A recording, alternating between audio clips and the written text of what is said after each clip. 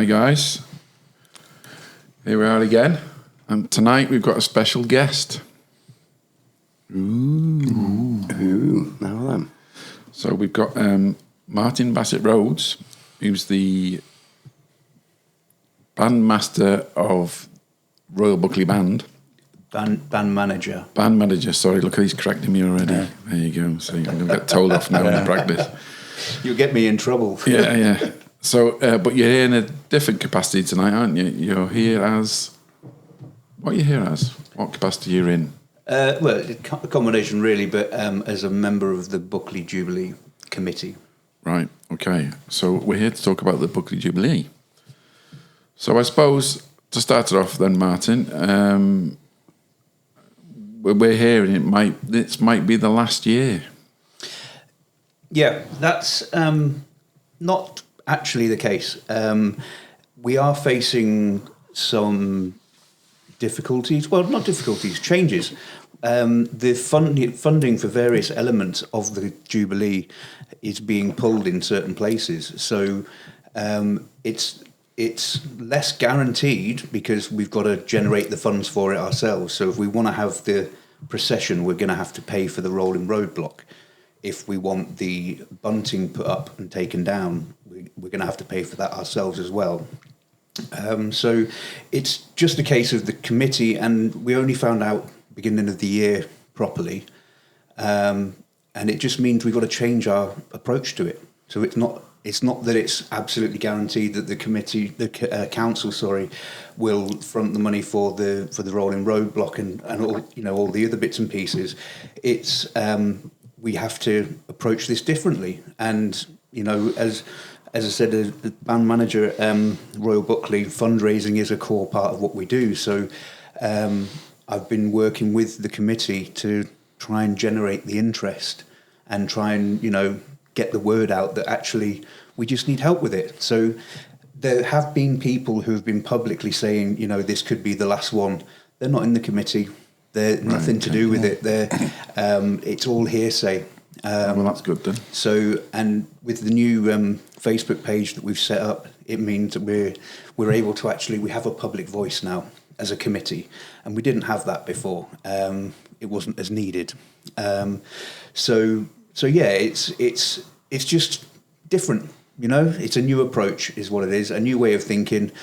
So we'll see what we go. It's going to be down to public support, essentially. If everyone wants everything to keep going, then we're going to have to get clever with our fundraising and all of that kind of stuff. Well, I'm going to put you on the spot now. Okay. Because for all the people who are listening in loads of different countries, guys, what is the Buckley Jubilee? So the Buckley Jubilee originated as a temperance march in 1857. It was founded by I think it was a Methodist church, nonconformist, that started it. And the whole point of it was to march, it was a temperance march, to try and cut down the number of men that were going out, drinking their wages, and then going home, domestic violence, all of that kind of stuff. So that's where it started from. So we have a service on the common, and then we process through the entire, well, it used to be the entire town, but we can't do all of it anymore. But we process through the town, and then have a final hymn on the common, and then the tradition is that everybody goes off and has a Jubilee tea. So it's all run by the churches. All the churches of Buckley come together to arrange it all and what have you. And after the procession, they all pair off to their respective church, and they have a joint, a big Jubilee tea. So it's about the community coming together, essentially, And I know the churches, everyone goes off, and as in the band as well, yourself, we have our little Jubilee tea in the band room. Tea? Well, tea with bubbles. Certainly not a temperance society. Well, no. And this is the thing. It's it's as with everything, things evolve. Things change, and Jubilee now is you have to respect the foundations of it. but you equally have to. I think personally, you have to accept that it's going to evolve.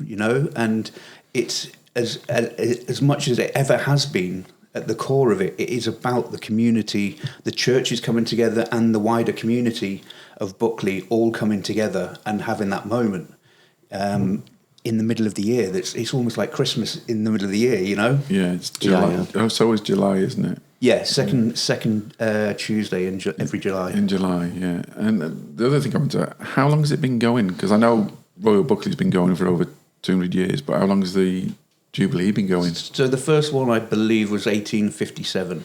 Wow. So it's been going for a long time, and the only year it wasn't the only years that it wasn't properly observed was 2020 and 2021 because of COVID.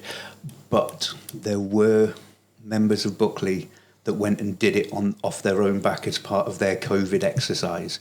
Right. So it was kind of observed by, I think, a handful of people.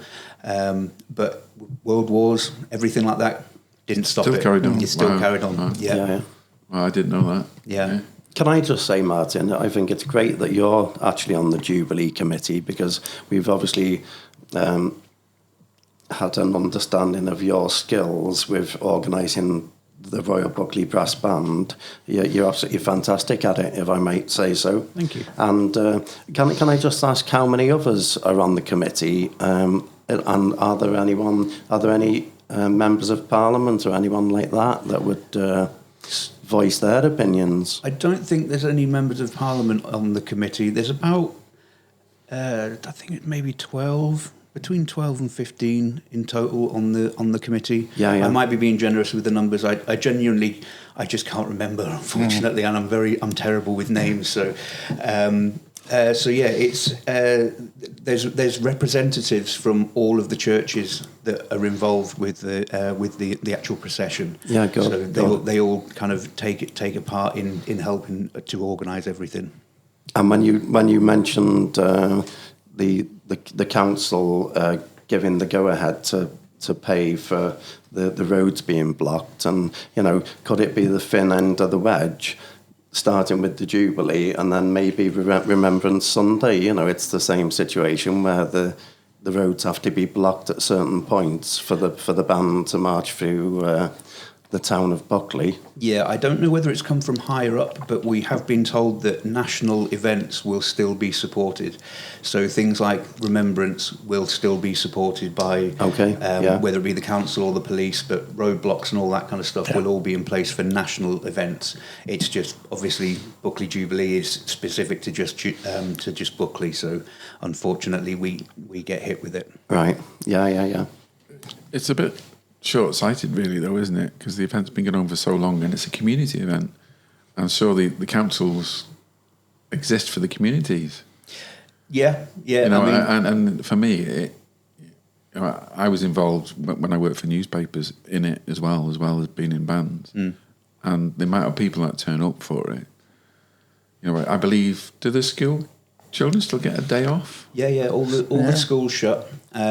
See, unfortunately, and this is another thing. An unfortunate evolution is that people don't often work where they live anymore.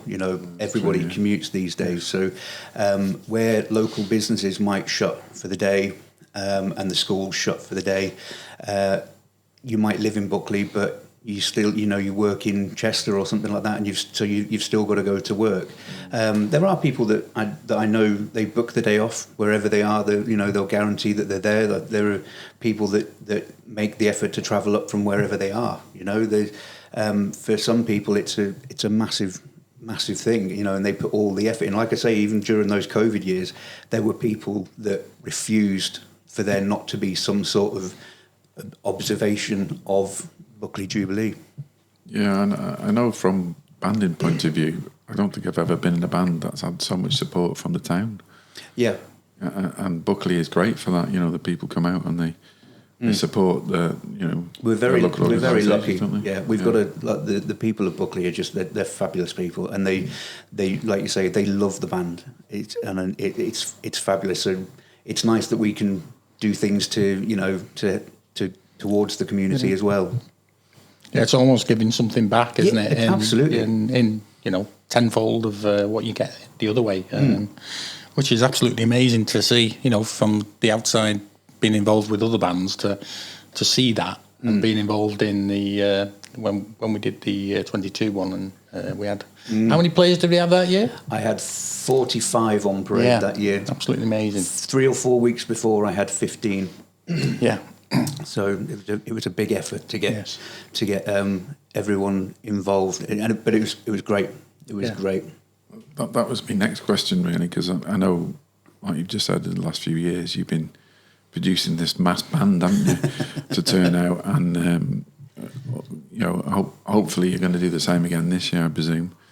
Absolutely. So now's your chance for a call out to all the players out there. Absolutely. I mean, we over the course of the lead up to Jubilee, I get in touch with, between me and my good friend Simon Owens, we get in touch with well in excess of 120, 140 people, like musicians, and I'm talking direct messages, not like a blanket thing. We message people individually because that's the best way to get the response. But if anybody fancies a little walk around Buckley, we've shortened the route. So for those of you that have done it years ago, it is a good bit shorter now. It's only 24 miles now. Isn't it? Yeah, exactly. and then we let's see. For me, it was key to get back to what Jubilee should be. So in that 22 one, when we were coming back from COVID, it was our bicentenary as well. It was the band's bicentenary, and so I really wanted to put a big push on having a decent sized band, which went from being a decent sized band to one of the biggest marching bands that you can play with, and then also to get Buckley to put on a Jubilee tea for all of the players. So it became a social, a coming together of the brass band community as well. I mean, I know each year that we do it, we see people that maybe it might be the only time of the year that we actually see them, Yeah. And that's fabulous. That's reason to do it. If nothing else, it's the beers and butties afterwards. Do you know what I mean? Tea. It's a brilliant. Absolutely tea. Yeah. It's going to be a brilliant opportunity as well for the Brass Monkeys to collar a few people after the parade and hopefully entice them to tell their brass story. Yeah, absolutely. Sounds like Doug's going to do some interviews. Great. Well done, Doug. Top job. Well volunteered, mate. I have got one planned, actually. Good man. I'll reveal that on another podcast. Wow. So, I mean, throughout the years, I know there's a lot of bandsmen that have been in it. I mean, I've been in it. Actually, it was only in the last few years that I've actually been involved in it because I could never get the time off work to do it. And I remember one when it was the longer march. Yeah. And the music, it was during the raid, and it was just horrendous. Yeah. I mean, we were all absolutely saturated. You can't control the weather. No, but that's the good thing about it, though, isn't it? They were still out there doing it, and there's been many years when they've had not the weather to do it, but the band plays on. Oh yeah, we still definitely. go through it, yeah. There was, I think that year you're talking about, it might have been 2019 because it was just before COVID, and I don't know if everybody was in just shirts, but me and Lucy, the drummer, we were just in shirts, and we were drenched by the end of it. Yeah. Absolutely drenched. It was ridiculous. I think the music was destroyed as well, wasn't it? Yeah. Yeah. But I mean, it is good. It's a good event, and I know a lot of brass players enjoy doing it, don't they? Yeah, I have a lot of people. Like I say, I get in touch with. Between me and Simon, we get in touch with well in excess of 100 people, and there's some people who have it booked off already by the time I get in touch with them. There are some that come back to me straight away and say, yeah, definitely really enjoyed it, because it's just a nice vibe, You have a little bit of marching band, and being ex-army, I love a bit of marching band. And then we have a great social after it, We always have a great laugh. So yeah, it is. People enjoy it. So I suppose the final bit is, if there's anyone out there. Yeah. If you're free on the second Tuesday of July, It kicks off at 3:00. We have a short 15-minute service, and then march around Buckley and back to Buckley Band's band room for beers and butties. Yeah. Okay. Well, Sounds good to me. well, thank you very much for that, Martin. That's great. No worries. And hopefully we'll see you on the day. So if people are interested, the Buckley Jubilee, they've got their own Buckley Jubilee Facebook page, and you can take a check of that and then find out some information from there.